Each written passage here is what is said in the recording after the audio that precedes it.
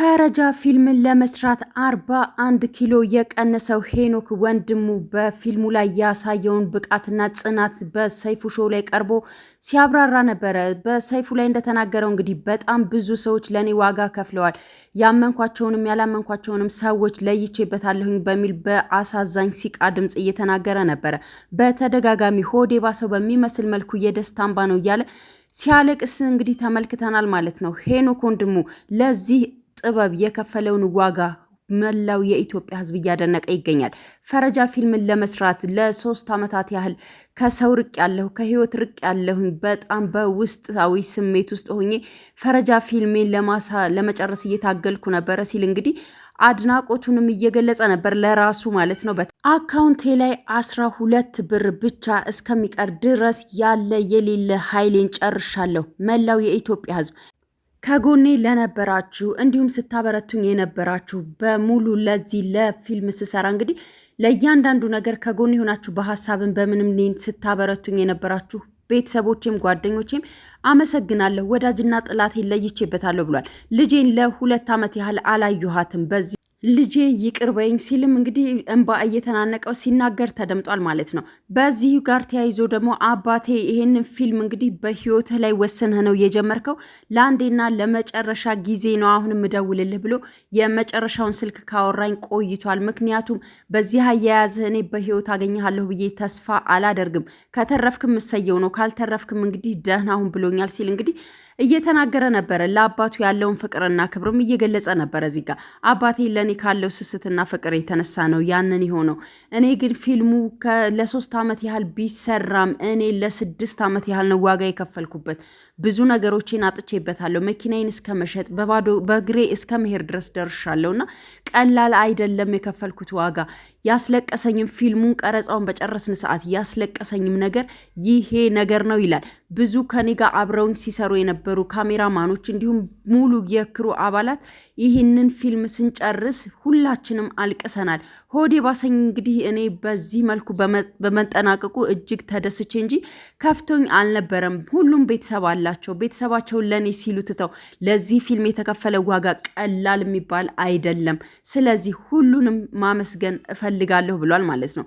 ሰይፉም እንግዲህ አካውንት ላይ 12 ብር ነው ያለው። ከዚህ በኋላ ሌሎች ወጪዎች ሊኖሩ ይችላሉ፣ ምን ይሻላል እያለ እንግዲህ እያሳሳቀ እየጠይቀው ነበረ። በስተ መጨረሻም ግን 100 ሺህ ብር አካውንት ላይ ገብቷል። 112 ሺህ ብር በአሁን ሰዓት በአካውንት ላይ ይገኛል እያለውም ሲናገር ነበር። እንግዲህ ሄኖክ ወንድሙ በዚህም በጣም ተደስቶ ሲያመሰግን ለማየት ችለናል ማለት ነው። ሄኖክ ወንድሙ በዚህ ፊልም ላይ የከፈለውን ዋጋ ቀላል አድርገን ማየት የምንችል አይመስለኝም።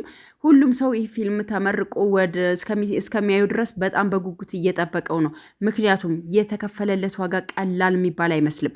ሄኖክ ወንድሙ ቤተሰቡን እስኪያጣ ራሱን እስኪያጣ በዚህ ልክ የከፈለለትን ዋጋ የከፈለለትን ፊልም ምን አይነት ቢሆን ይሆን? ሁላችንም በጉጉት እየጠበቅነው ያለ ፊልም ነው። ከዚሁም ጋር አያይዞ እንግዲህ ሄኖክ ወንድሙ የመጨረሻ ቀረጻችንን ከጨረስን በኋላ እጅግ ውስጥ በሚነካ ስሜት ውስጥ ነበርን። ሁላችንም በጣም እያለቀስን ነበረ። በጣም ብዙ ዋጋ ከፍለናል። ምን ያህል ዋጋ እንደከፈልንበት ስለምናቅ ነው ያን ያህል እያለቀስ ነው እያለ እያብራራ ነበረ። የመጨረሻውን ፊልም ከጨረስኩ በኋላ እንግዲህ ቀርጸን ስንጨርስ የሁሉንም ክፍያ ከፍዬ ስጨርስ እኔ አካውንት ላይ ምንም ብር አልነበረም። ስለዚህ በምን ሄድክ ይለዋል ሰይፉ ፋንታሁን። በእግሬ ሄድኩኝ። የሚገርምህ ነገር ይለዋል ምንም ነገር አልታወቀኝም። መሀል ቦሌ አስፓልት ላይ ብቻዬን እያወራሁ ነበረ ሲሄድ የነበረው። ለሚመለከተኝ ሰው እውነት ያበድኩ ነበረ የሚመስለው ይላል ሄኖክ ወንድሙ። ብቻዬን እያወራሁ አደረግኩት፣ ጨረስኩት። አባቴ እንኳን ደስ ያለ አባቴ ጨርሸዋለሁ ፊልሙን እያልኩኝ ብቻዬን እንደ እብድ እያወራሁ ነው የቦሌ መንገድ ላይ ሲሄድ የነበረው። ምክንያቱም አባቴ በጣም ፈርቶ ነበረ። በህይወት የሚያገኘኝ አልመሰለውም ነበረ። ይህን ስሜት ደግሞ አውቀዋለሁ። ምክንያቱም አባት ነው፣ እንደ አባት ይሳሳል። ስለዚህ ያንን የሰቀቀን ህይወቱን ዛሬ ላይ እንደቋጨሁት ሳቀው እንዴት እንደተደሰትኩ ልነግርህ አልችልም።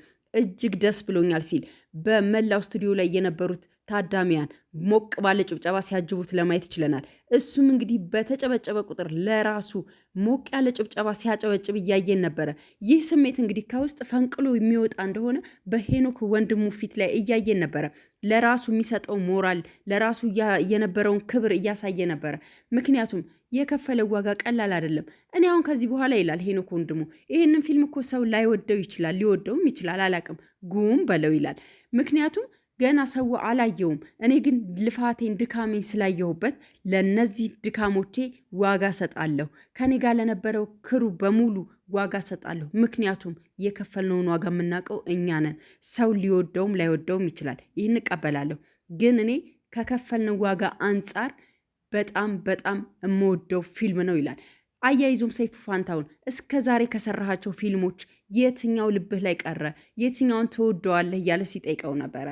ሄኖክ ወንድሙም ከዚህ ጋር አያይዞ እንደ ፈረጃ የምወደው ፊልም የለም፣ ፈረጃን ነው ልወድ የምችለው፣ የምወደው ፈረጃን ነው። ምክንያቱም ፈረጃ ፊልም ማለት ፊልሙን ብቻ አልነበረም የሰራሁት፣ ሄኖክ ወንድሙንም እንደ አዲስ አፍርሼ ሰርቼበታለሁ። ሄኖክ ወንድሙ እንደ አዲስ ፈርሶ የተሰራበት ፊልም ነው። የድሮ ማንነቴን ትቼ አዲስ ማንነት የተላበስኩበት ፊልም ነው ይላል ሄኖክ ወንድሙ። በእያንዳንዱ ንግግሩ እንግዲህ በመሀል ላይ እንግዲህ ራሄል ጌቱን ሲያመሰግንም ተሰምቶ ነበረ። ራሄል ጌቱ ያንን ገንዘብ አጥሮኝ በሚዋጣ ሰዓት ሁሉም ሰው እንዴት እንደዚህ ያደርጋል፣ ይሄ ሌባ ነው እየተባለ በግልጽ እየተሰደብኩ ነበረ። ራሄል ጌቱ ግን ይህንን ነገር ተቋቁማ እኔ ሳልሰማ በጣም በብዙ መንገድ ስለ እኔ ስትከራከርና ስትከላከልልኝ ነበረ። ይህን ያወቅኩት መቼ መሰለ ሰይፉዬ ይለዋል። መቼ ነው ይለዋል ሰይፉ ፋንታሁን። የኔ እናትና የራሄል እናት ጓደኛሞች ናቸው። ስለዚህ በዛ መሀል ራሄል የኔን ማንነት ታውቃለች። ሰው ሌባ ነው ቢልም ሌባ እንዳልሆንኩ ታውቅ ነበረ። ስለዚህ በቃ ራሄል እኔ ይህን ፊልም ላቆመው ነው፣ ለሆነ ሰው ልስጠውና ይጨርሰው አልኳት። የሆነ ሰዓት ላይ በጣም ተስፋ ቆርጬ ራሄል ምን አለችኝ? እንዴት እንደዛ ታረጋለህ? እኔ በአንተ ምክንያት ከስንቱ ጋር ተጣላሁ። አያደርገውም፣ ፍጻሜውን ያሳያችኋል እያልኩኝ ከስንት ሰው ጋር እንደተጋጨሁኝ ታውቃለህ ሄኖክ ትለኛለች። እንዴት ስላት ብሩን የሰበሰበው ሊዘርፍ ነው፣ ፊልሙ የታለ እየተባለ ብዙ ነገር ሲባል፣ እኔ ግን ስላንተ ቆሜ እየተከራከርኩ ነበረ። ስለዚህ ይህ ፊልም የገባንበት ገብተን ተባብረን እንጨርሰዋለን እንጂ አይቋረጥም ስትለኝ ሞራሌ መጣ ይላል ሄኖክ ወንድሙ። ከዛ በኋላ በአዲስ ኃይል በአዲስ ኢነርጂ ወደ ፊልሙ ተመልሰን እንደገና በደንብ መስራት ጀመርን ይላል። ይህ ሁሉ ነገር እንግዲህ በዚህ በ3 ዓመት ውስጥ ኪሎ ከመቀነስ ወዳጅና ጠላቴን እስከ መለየት አይቼበታለሁ። ሁሉም ነገር ግን እግዚአብሔር ይመስገን ፊልሜ ተጠናቋል ይላል እንግዲህ ሄኖክ ወንድሙ ማለት ነው። ፊልምህን መቼን ጠብቅ ብሎት ነበረ ሰይፉ ፋንታሁን። ፊልሜን እንግዲህ ከ2 ወር በኋላ ጠብቁ፣ ፊልሜን ከ2 ወር በኋላ አስመርቃለሁ፣ በዛ ሰዓትም የምስጋና ፕሮግራሚን አያይዤ አቀርባለሁ ለረዱኝም ላረዱኝም ብሏል። የሄኖክ ወንድሙን ፊልም እንግዲህ ሁላችንም ለማየት በጉጉት እንጠብቃለን ማለት ነው። ሄኖክ ወንድሙ እንግዲህ ይህን ያህል የለፋበት ፊልም እንግዲህ ተቀባይነትን አግኝቶ ዋጋውን ይመልስለት ዘንድ እኛም መልካም ምኞታችንን ለመግለጽ እንወዳለን። እስካሁን አብሬያቸው የቆየሁት ዓለም ሰርፕራይዝ ነኝ። ወቅታዊና አዳዲስ መረጃዎችን ወደ እናንተ አደርሳለሁ። እናንተስ ስለ ሄኖክ ወንድሙ ፊልም ምን አስተያየትና ሀሳብ አላችሁ? ሀሳባችሁን ኮሜንት ላይ ያስቀምጡልኝ። በሌላ ቪዲዮ እስከምንገናኝ ድረስ ቸር ቆዩ።